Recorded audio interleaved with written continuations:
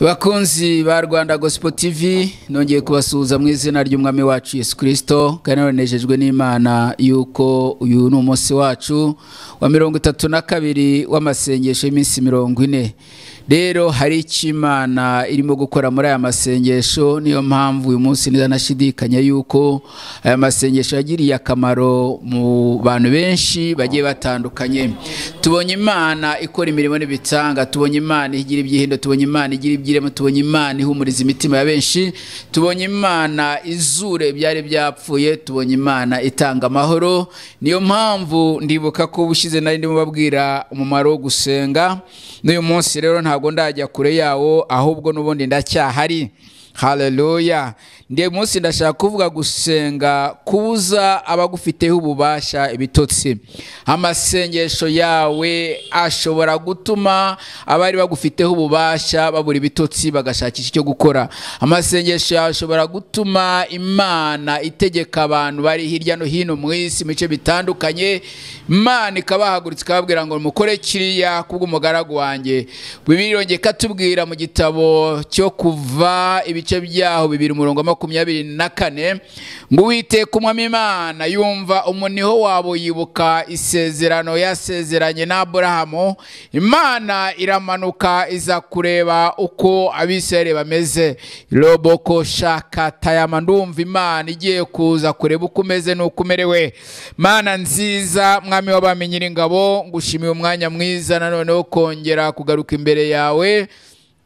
Senga twinginga tuvuga ngo Uwiteka mwami Imana, ijambo ryawe reka riza ari imbaraga, riza ari ubutware, riza ari urufunguzo, rize rizanye ubuzima, rize rije guhindura ibidashobokaga mu izina rya Yesu. Maze Uwiteka nyir'ingabo Imana abagiye kuryumva aka kanya muri uku kwezi, muri uyu mwaka ndetse no mu minsi yose izaza, ijambo ryawe n'imbuto itabora rizabagira umumaro kandi ribahindure mu izina rya Yesu. Amen.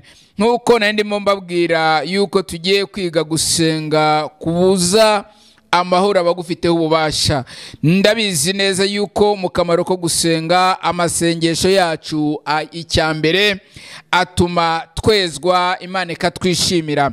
Mu gusenga turihana, tukihana ibyaha bigatuma byatumaga Imana dutandukana nayo, kuko mu ibyaha bituma umuntu atandukana n'Imana. Ariko mu gusenga twongera kugaruka imbere y'Uwiteka umwami Imana, tukongera kugira agaciro, tukongera Imana ikongera ikatwishimira. Amasengesho yacu bituma twongera tukibukwa. Mu masengesho turibukwa, mu masengesho atuma twemerwa, mu masengesho atuma tumenyekana, amasengesho atuma ibihanda biri imbere yacu bipfa mu izina rya Yesu. Amasengesho atuma abakomeye bakwibuka nubwo uri ahantu utashoboraga kwibukwa. Haleluya.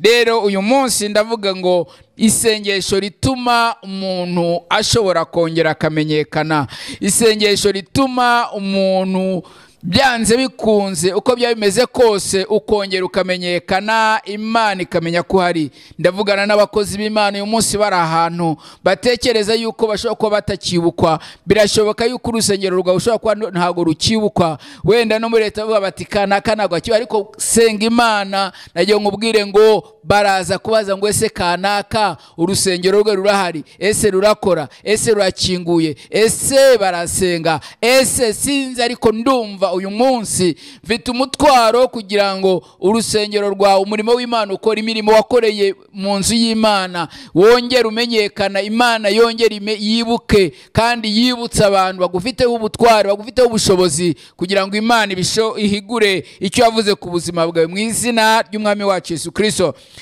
Turasoma icyanditswe kiri muri Esiteri ibice byaho 5 umurongo waho, reka dusome umurongo wa 14.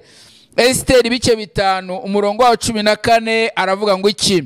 Haravuga ngo nuko umugore we Zereshi n'inshuti ze zose bamugira inama bati nibashinge igiti kirekire cya mikono 50, maze ejo uzavugane n'umwami umusabe Moridekayi ukimumanikeho, uhere ko ubone kujyana n'umwami mu nkera unezerwe.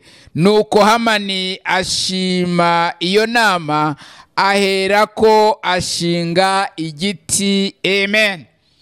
Iki cyanditswe kiranyibutsa uburyo Hamani yari afitiye ishyari rikomeye cyane umugabo bita Moridekayi.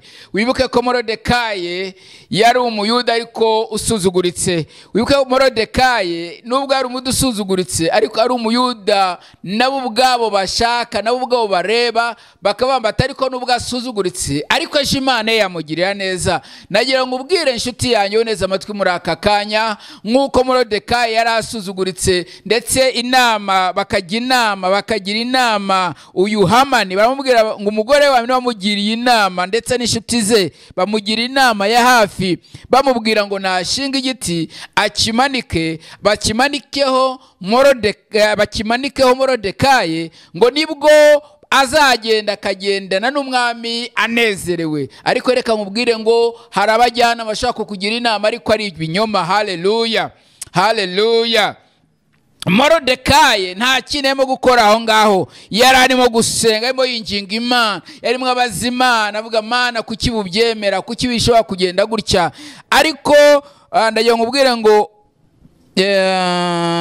nuko Hamani ashima iyo nama, ahera ko ashinga igiti. Umwami amenya ko Moridekayi ari we wamuburiye. Iryo joro, igice cya 6, iryo joro umwami abura ibitotsi, niko gutegeka ko bazana igitabo cy'umucurabwenge bagisomera umwami. 2, basanga byaranditswe yuko Moridekayi ari we wareze abagabo 2 bo mu nkone z'umwami bazarindaga irembo, Bigitani na Tereshi, yuko bashaka kwica umwami Ahasuwerusi. 3, umwami arabaza ati, mbese Moridekayi wo hari ishimwe cyangwa icyubahiro yahawe bamwitura ibyo? Haleluya.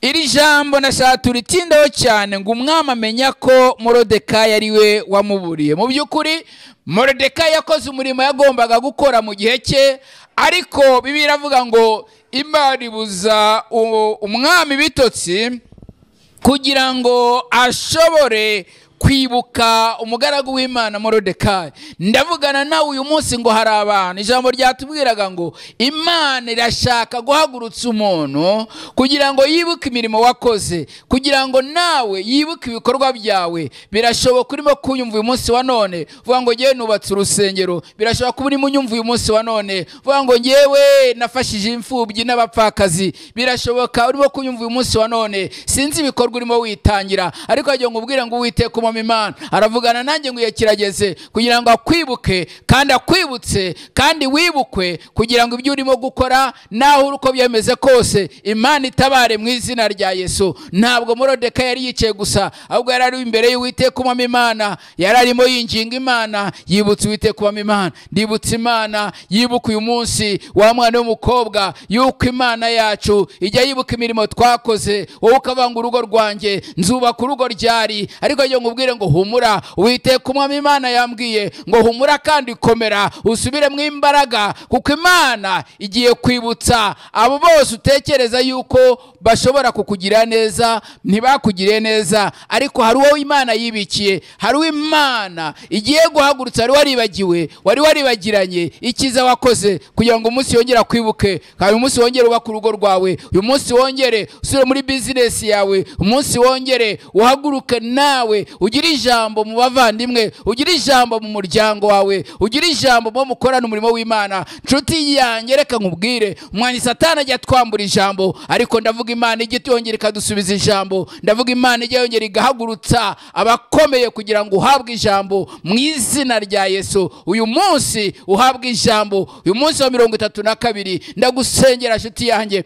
ngo hongere wibukwe. Imana yo mwijuru kugire neza, ukwibuke wibuke umurimo wayo wakoze, yibuke ibikorwa wakoze, byaba bifatika, yaba ari iby'umwuka, yaba ari amasengesho wasenze. Ndavugana nawe amasengesho y'iminsi 21, y'iminsi 7, y'iminsi 3, kwiyiriza ubusa. Nari ndavugana nawe uyu mwaka watangira, birashoboka yuko utigeze ugira umwanya wawe wo kugira ngo nawe wongere wiyiteho, ukayitangira Imana, ukaba imbere y'Imana, ukiriza ubusa, ugaseba, ukambara ibigunira. Ariko Uwiteka Umwami Imana yongeye kukwibuka nshuti yanjye, kandi yiteguye gukora imirimo n'ibitangaza. Imana yibutse Morodekayi, biratubwa neza ngo umwami amenya yuko Morodekayi ari we wamuburiye iryo joro, abura ibitotsi, ngo afata igitabo cy'ubucurabwenge aragenda asanga ngo dore imirimo Morodekayi yakoze. Hari imirimo wakoze isa nkaho yibagiranye, ariko Imana irakwibutse. Imana irakwibutse nshuti yanjye, Imana irakwibutse. Ndavugana n'umuntu uri muri anyumva uyu munsi, nta nubwo ari umaze igihe wumvira ijambo, ariko reka nkubwire, wari waribagiranye, no mu buyobozi wari urimo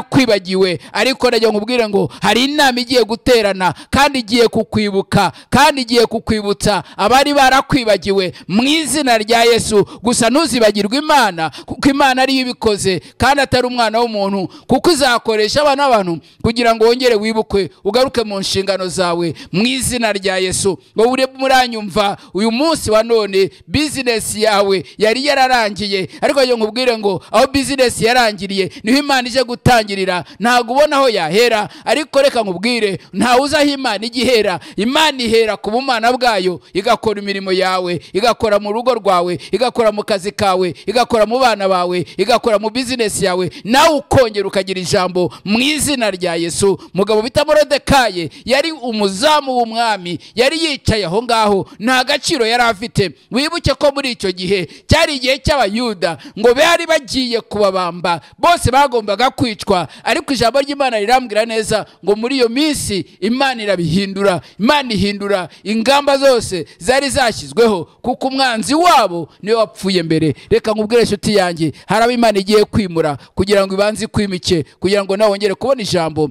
mu izina rya Yesu. Turacyari imbere y'Imana, turi ku munsi wa 32, 40.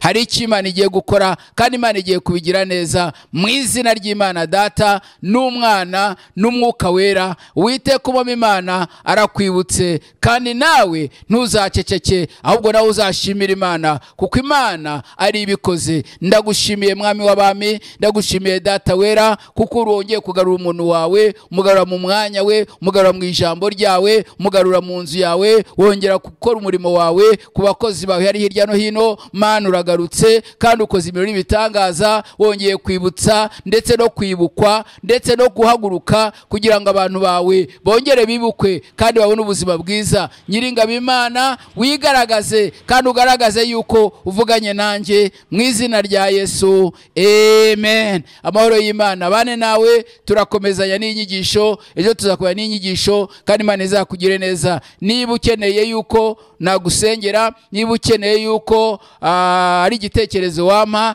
telefone yanjye ni 0788430085. Mwari kumwe na Pastor John Karimbanyi. Turabakunda cyane. Amen.